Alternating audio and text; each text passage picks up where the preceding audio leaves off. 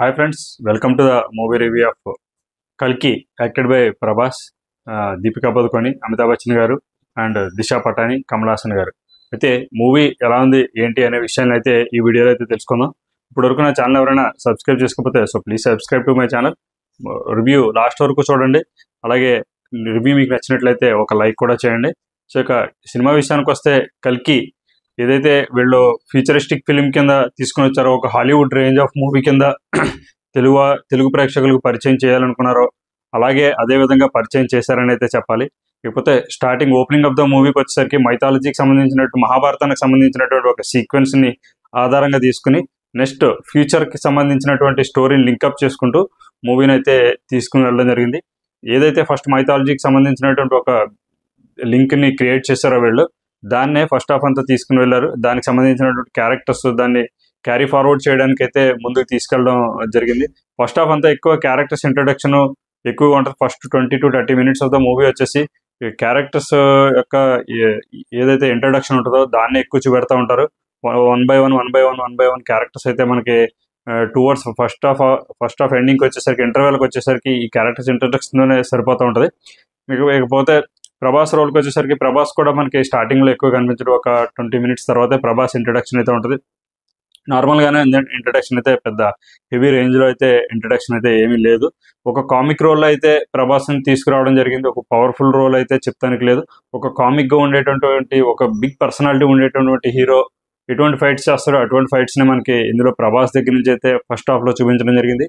Graphics వరకు చూసేసరికి మనం స్టార్టింగ్లో ఏంట్రా ఎలా ఉన్నాయి అనుకునేసరికి మెల్లిమెల్లిగా మనం స్టెప్ బై స్టెప్ స్టోరీలోకి వెళ్ళేసరికి అవి చాలా బాగానే ఉన్నాయని చెప్పాలి. ఇంటర్వెల్కి వచ్చేసరికి ఇంటర్వెల్ బ్యాంక్ కానీ చాలా బాగుందని చెప్పొచ్చు. ఇంటర్వెల్ బ్యాంక్ ఇంకా సెకండ్ హాఫ్కి వచ్చేసరికి, సెకండ్ హాఫ్ కూడా ఏదైతే స్టోరీని తీసుకుని వెళ్ళారో మెయిన్ స్టోరీలోకి అయితే ఇక్కడి నుంచి అయితే వెళ్ళడం జరుగుతూ ఉంటుంది. వాళ్ళైతే first starting 5 minutes of the మూవీని ఏదైతే తీసుకుని వెళ్ళారో దాని యొక్క జస్టిఫికేషన్ మనకి ఇంకా సెకండ్ హాఫ్లో జరుగుతూ ఉంటుంది. మధ్యలో ఒక పార్ట్ వస్తుంది. పెద్ద పార్ట్స్ సాంగ్స్ అయితే మనకి ఏమీ పెద్ద ఫీల్ ఇవ్వలేదని చెప్పాలి.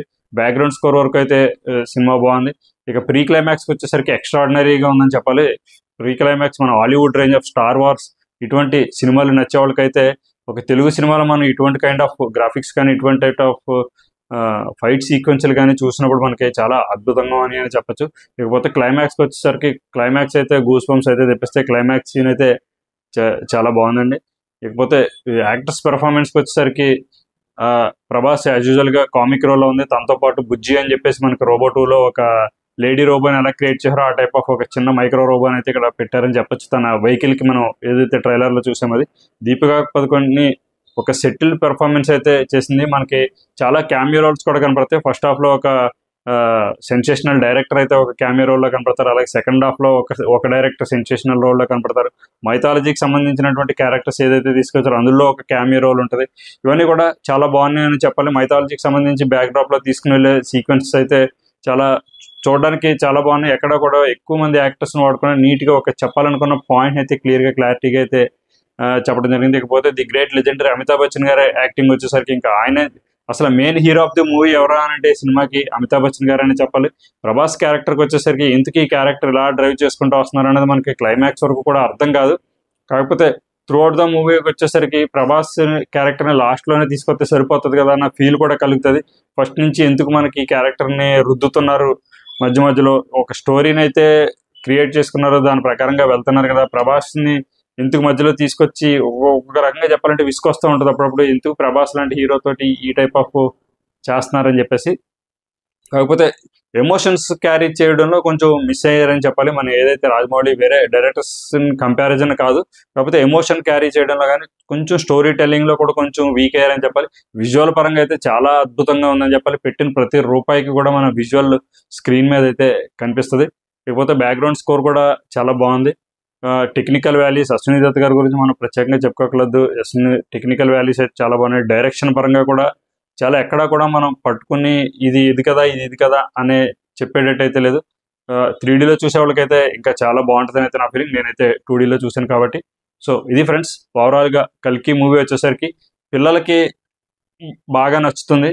ఒక బి సెంటర్లో అయితే బాగానే నడుస్తుంది తప్ప సి సెంటర్లోకి వచ్చేసరికి నాకైతే డౌట్. ఎందుకంటే అంత రేంజ్లో వాళ్ళు విజిల్స్ చేసి అంత సీన్స్ అయితే ఓన్లీ ఒక క్లైమాక్స్ తప్ప మిగతాది ఎక్కడ కూడా మనకు కనిపించదు. బేసిక్గా లోకి వెళ్ళేసరికి హాలీవుడ్ టైప్ ఆఫ్ మూవీస్ని వాళ్ళు పెద్దగా ఆదరించరు, అది ఏదో ఎక్స్ట్రాడినరీగా ఉంటే తప్ప, ఇది ఎక్స్ట్రాడినరీగా ఉన్నా కూడా తెలుగు సినిమా అవడం వల్ల అక్కడ పెద్దగా నచ్చదని అయితే నా ఒపీనియన్. అదే ఒక హాలీవుడ్ హీరోని తీసుకుని ఒక తెలుగు డైరెక్టర్ ఈ సినిమాని తీసుంటే అది వేరే నెక్స్ట్ లెవెల్ అనే చెప్పేవారు, డైరెక్టర్కి మంచి పేరు వచ్చేది. కాకపోతే ఇక్కడ హీరో వీకెన్ అయిపోయాడనే ఓవరాల్గా స్టోరీలో హీరో ఫైట్స్ చేస్తున్నప్పటికీ కూడా హీరో క్యారెక్టరైజేషన్ వీకెన్ అయిపోయింది. సో అక్కడ కొంచెం డ్రాబ్యాక్ ఉందని చెప్పాలి. సో ఓవరాల్గా చెప్పాలంటే మూవీ వచ్చేసరికి నా ఉద్దేశం ప్రకారం అయితే వన్ టైం వాచ్. సో ఈ వీకెండ్ అయితే ఎంజాయ్ అయితే చేయొచ్చు. సో మీరు కూడా చూడాలనుకుంటే చూడండి. అలాగే ఆల్రెడీ మూవీని మీరు ఎవరైనా చూస్తుంటే మీ మూవీ ఏంటనేది కామెంట్ సెక్షన్లో కామెంట్ చేయండి. Thank you, bye.